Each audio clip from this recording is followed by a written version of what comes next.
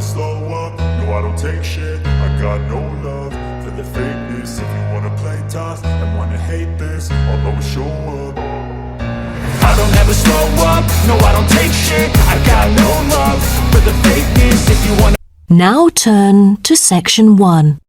Section 1. You will hear a conversation between a printing company employee and a customer. First, you have some time to look at questions 1 to 5.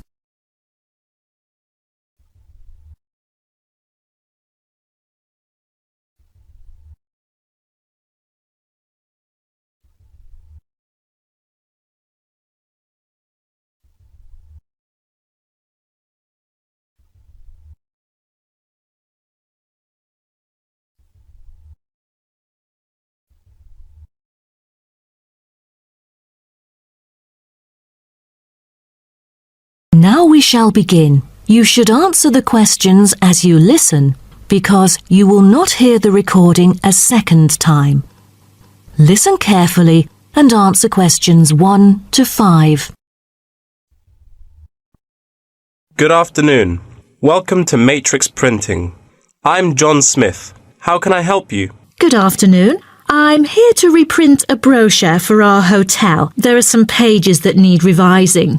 Sure. How may I address you? Oh, I'm Mary Jane from Central Hotel Chains. Nice to meet you. I've got samples of the previous version.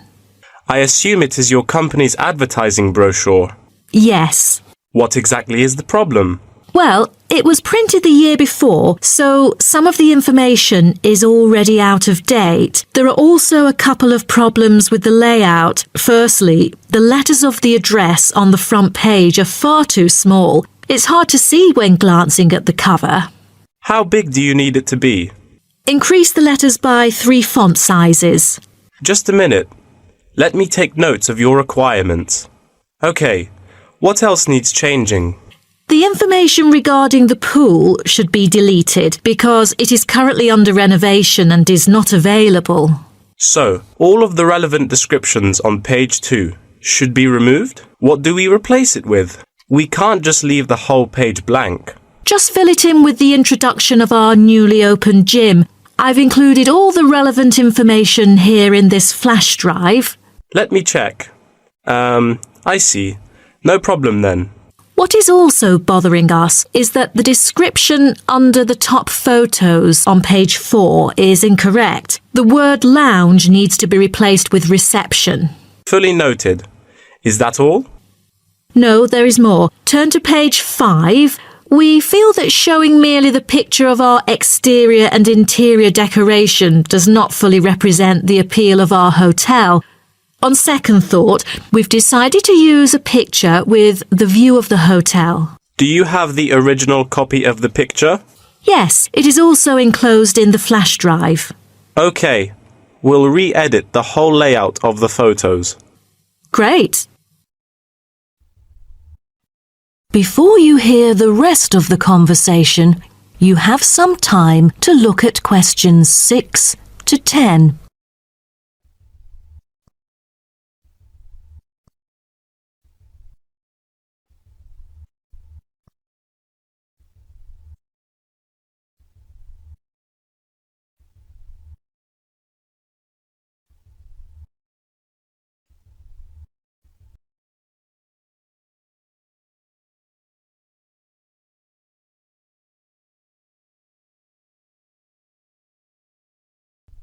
Now listen and answer questions 6 to 10. Let's turn to the next page. Yes. What's wrong with that? It seems perfectly fine to me. At first sight it seems fine, but according to the feedback of the customers, the prices do not stand out. So, we want to change the print from black to red to make it pop out. Okay, I've made notes of all of your requests. Is there anything else? I appreciate it. Just one final request. Could you translate the whole brochure into Spanish? We have customers worldwide, you know, especially those from Latin countries. No problem. What about other languages, like Japanese, Chinese, or German? These are our most popular target languages. I have to ask the manager about the Chinese version. There's been a surging number of Chinese clients during recent years. However, we don't need German or Japanese translations, as we currently don't have many customers from those two countries. Sure. Just keep me updated. So, roughly, when can we get the revised print? We need it before the end of July. It's late June now. Roughly, it'll take 3 weeks to re-edit. So it will definitely be ready before the deadline. Great. To where shall we send the samples?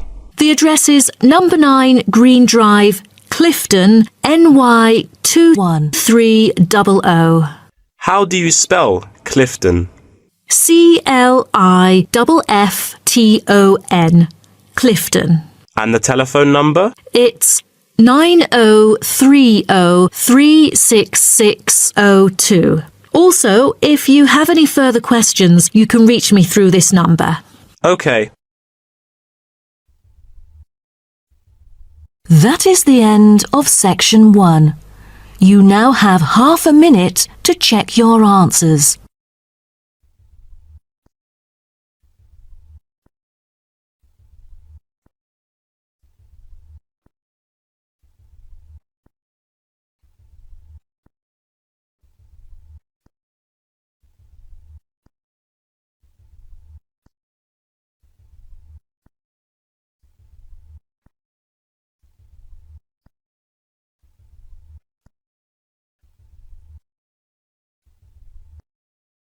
Now turn to section 2. Section 2. You will hear a guide talking to a group of visitors about a national park. First, you have some time to look at questions 11 to 16.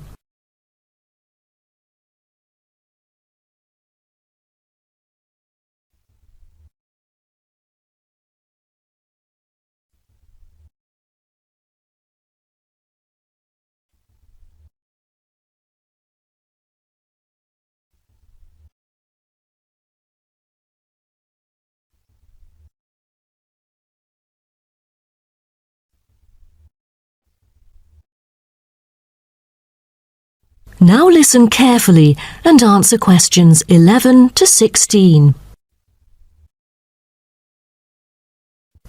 Welcome to Byron National Park. I am Jim Carson, your tour guide for the trip. First, I'd like to give you some basic information about the park.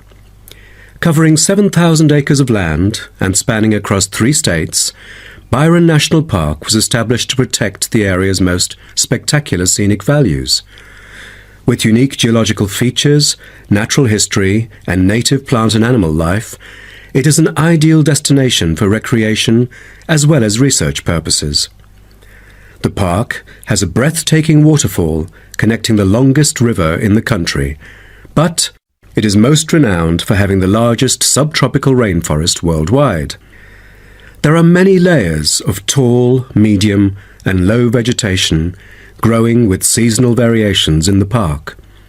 It is a place where the air seems green. Ardent hikers can find an awesome array of options here. Apart from the dense green rainforest, tourists can also hike along the mountain trail. Despite the stunning view, taking photos is not advised on the way up, I'm afraid, as one might get distracted and the narrow trail by the sheer cliff is quite dangerous. When you reach the top of the mountain, there is nothing better than having a picnic under the trees with your family. Accompanied mostly by wildlife, walkers as well as cyclists may find the bush track a good choice for having a tranquil time to themselves. As your tour guide, I suggest that only expert hikers take the creek circuit, because its beautiful and inspiring scenery through the subtropical jungle is paralleled by its physical challenges. A list of transport is available within the park. Bicycles are a popular choice, as it is the most flexible way to get around. Electric trams are temporarily closed for maintenance. Boat trips down the river are an ideal way to spend a tranquil afternoon. Rest assured that transport within the park is covered in the bill. Extreme sports is another highlight of the park.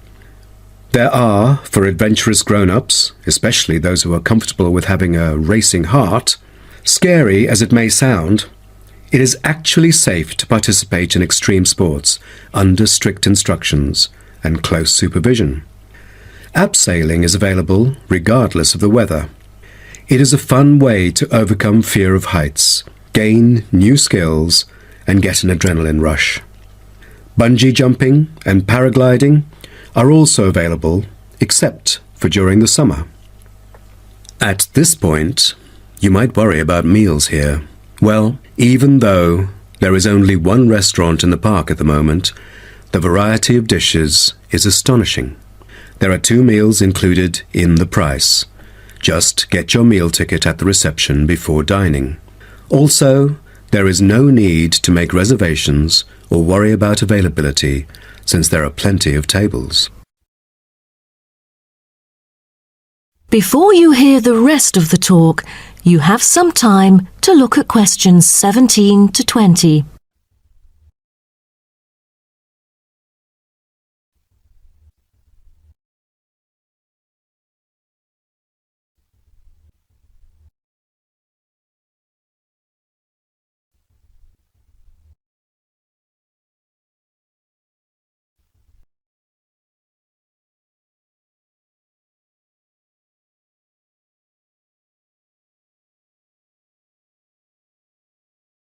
Now listen and answer questions 17 to 20. During your stay here, you might want to know what there is to do. Let's turn to the plan so I can familiarize you with the layout of the park. Most tourists would choose to stay in our guest house, located in the southeast corner. It features 63 tastefully appointed guest rooms, many of which offer spectacular views of the park. You'll find a home away from home at our guest house. But for those who want to experience the natural beauty up close, there is also a campsite. When you get out of the guest house, go straight ahead, turn right at the end of the road. To your left, there is a campsite amongst the trees where you could spend a night under the stars together with owls and chipmunks. If you look at the top left of the plan, you will notice a picnic area. You can either bring your own food, or we can deliver food to you. Barbecue is an option. The business centre is situated directly opposite the picnic area. It provides flexible, fully serviced offices, conferencing suites, meeting rooms, and is equipped with the latest multimedia facilities. Wired, as well as wireless, high-speed internet is available within the entire premises. The centre is designed to cater to both individual travellers and corporate groups. Visitors can also go to the museum, which holds a vast collection that exhibits local history and a natural habitat. You start from the guest house, just turn left at the first conjunction, then walk past the tea house. Turn right. You'll see the museum after making the third right. Have you found it? Pretty easy, right? To spend a delightful afternoon with a book and a fresh cup of coffee, you can go to the only cafe in the park. From the guest house, you go straight, then take the second right, and you'll see the cafe right in front of you. You might want to check out our all-season tennis court, which offers instruction for all ages and skill levels. It is located right opposite the cafe.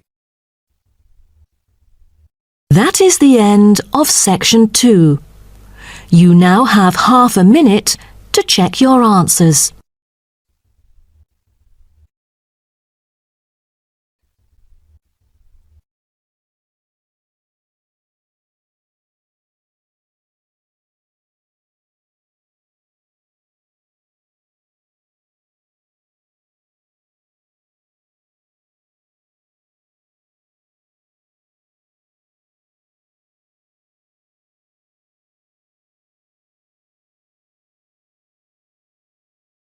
Now turn to section 3. Section 3. You will hear two students called Karen and Dave discussing the assignment for their biology class.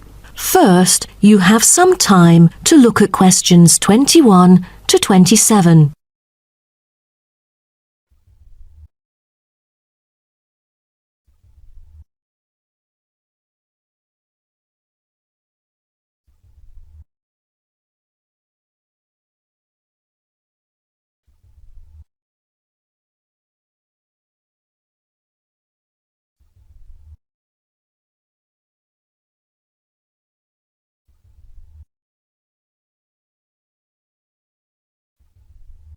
Now, listen carefully and answer questions 21 to 27.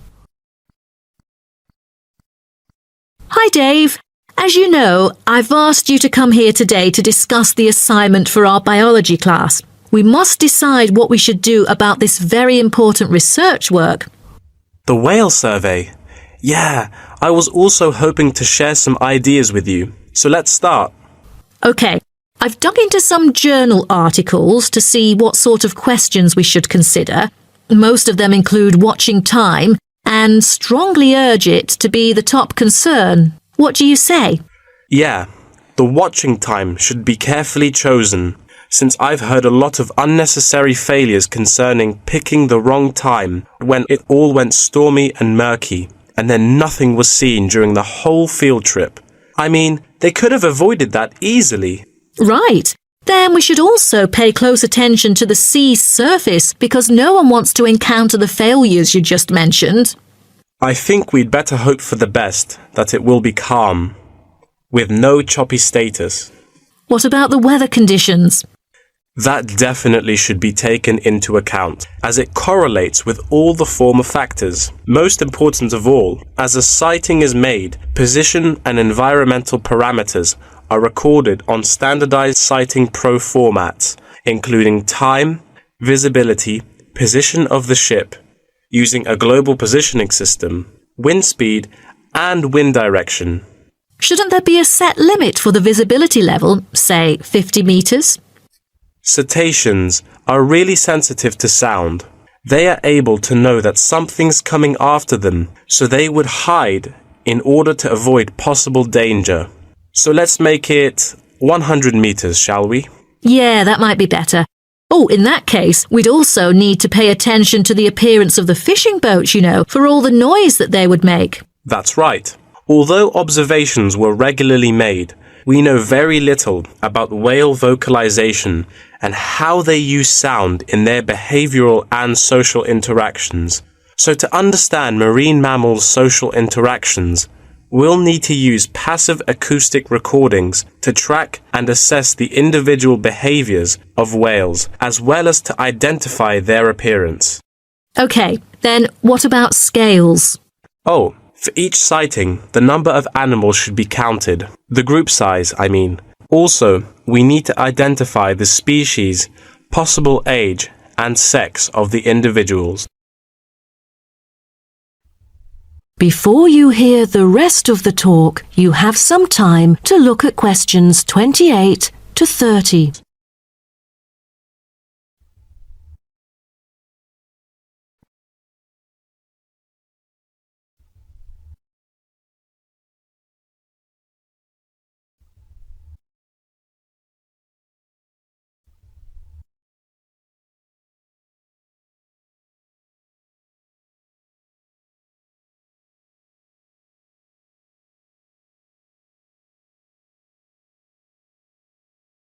Now, listen and answer questions 28 to 30.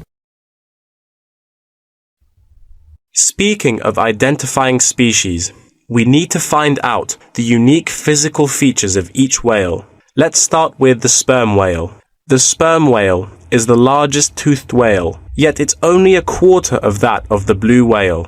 Its unique body is unlikely to be confused with any other species, and that distinctive shape comes from its very large, block-shaped head, which can be 1/4 to 1/3 of its length.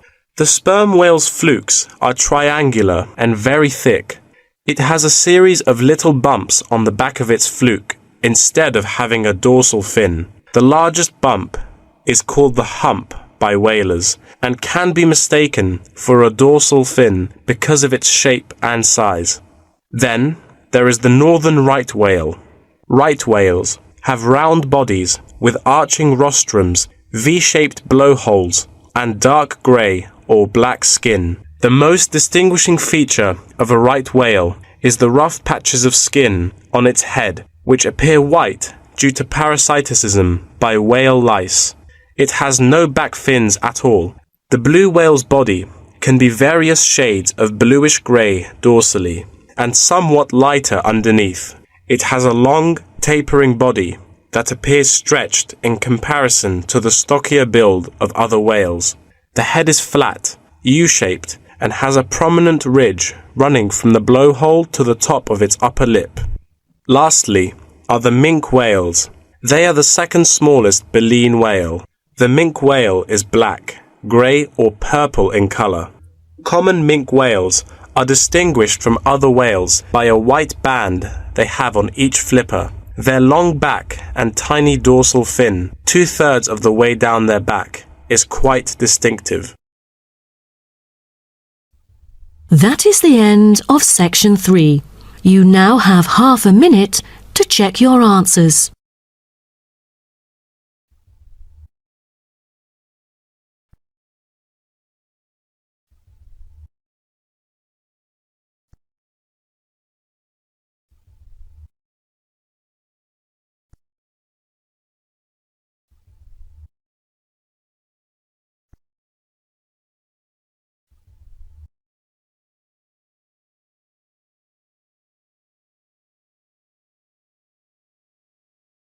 Now turn to section 4.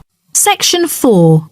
You will hear part of a lecture about the biography of Samuel Cunard and his shipping company. Now you have some time to look at questions 31 to 36.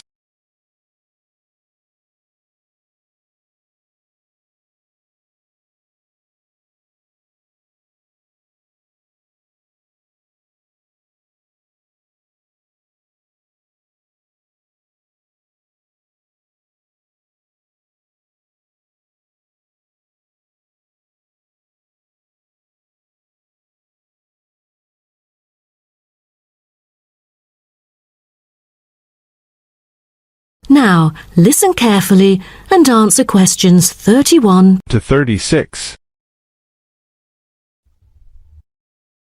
Good morning, class. In the last few lectures, I've talked about the history of technology in the business area. But today, I want to use Samuel Cunard as our case study, who was a shipping magnate that founded the Cunard Line. Now, Cunard was born in Canada. When he first left home, he was still a teenager. Then he came into a US company as a worker and learned how to sail there. During the War of 1812, Cunard volunteered for service in the 2nd Battalion of the Halifax Regiment Militia and rose to the rank of captain. He held many public offices, such as volunteer fireman and lighthouse commissioner, and maintained a reputation as not only a shrewd businessman, but also an honest and generous citizen. When he went to England, his friends cooperated with him, and together they coined a shipping company. The company had instant wealth and could deal with more than one cargo, for its major business was in North America and the Atlantic. From then onwards, Cunard became a highly successful entrepreneur in British shipping, and one of a group of 12 individuals who dominated the affairs of England. In 1838, the British government, impressed by the advantages of steam sailing for making regular passages, invited tenders to carry the transatlantic mails by steamer. Back then, mail contact through steamships brought more punctuality, while other types of ships were always delayed. The journey times were flexible, with a transatlantic crossing lasting for 6 weeks and with no fixed times of departure or arrival. So it was never known when the mail would arrive, or, since so many sailing ships foundered, whether it would arrive at all. What Cunard wanted, in line with the thrusting new technology of the Victorian age, was a maritime extension of the brand, new timetabled railways on land.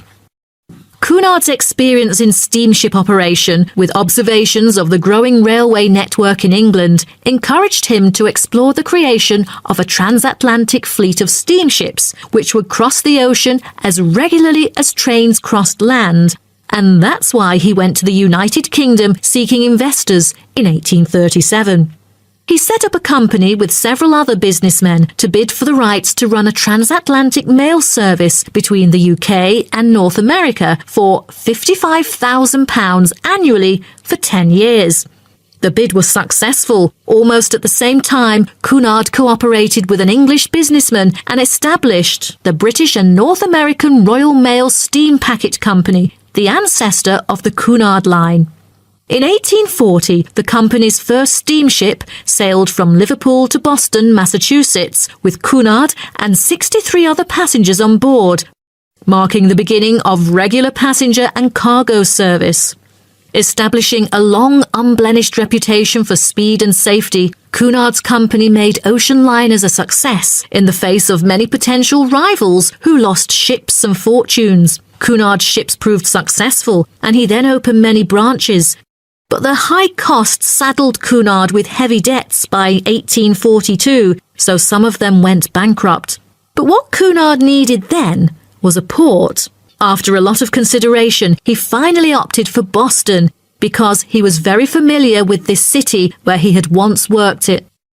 Fortunately, by 1843, Cunard's ships were earning enough to pay off his debts and begin issuing modest but growing dividends. But the city did more than give Cunard silverware. Winters can be tough here in Boston. For example, in the year of 1844, one ship sank because of the winter freeze. The ship hit icebergs and caused a heavy loss to the company. Then, the board recommended the company to move to New York, and it was a huge success, and then became one of the biggest U.S. shipping companies. Now you have some time to look at questions 37 to 40.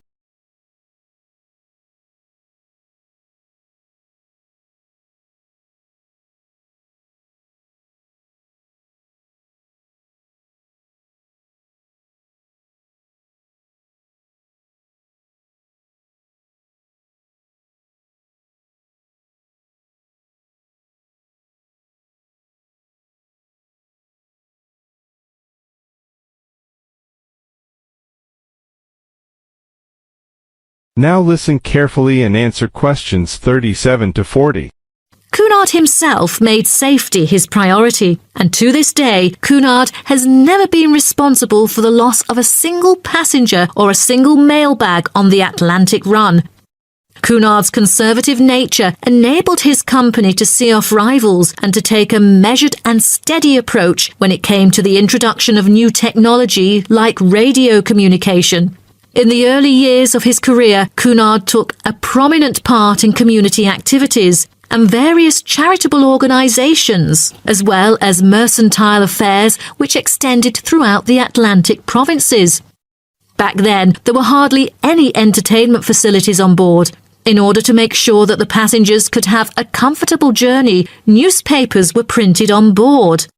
Cunard was gratefully remembered for employing his capital in shipbuilding activities in the hard times of the 1830s because this enterprise had circulated money where there would otherwise be poverty and stagnation. His competitiveness and his obsession not to waste time were important characteristics of his personality. Prior to 1912, the shipping line had focused on speed and soon was renowned for its velocity and safety. Although early in life Cunard was imperious, he learned diplomacy and became a skillful and persuasive negotiator. His contemporaries admired him for the contribution to transatlantic communication by the line popularly called by his name. After that, for affluent transatlantic passengers, Cunard brought new levels of luxury to ocean travel. Lavish suites, a swimming pool, gymnasium, ballroom, electricity, and more, just like that of luxurious hotels. Okay, so, does anyone have any? That is the end of section 4. You now have half a minute to check your answers.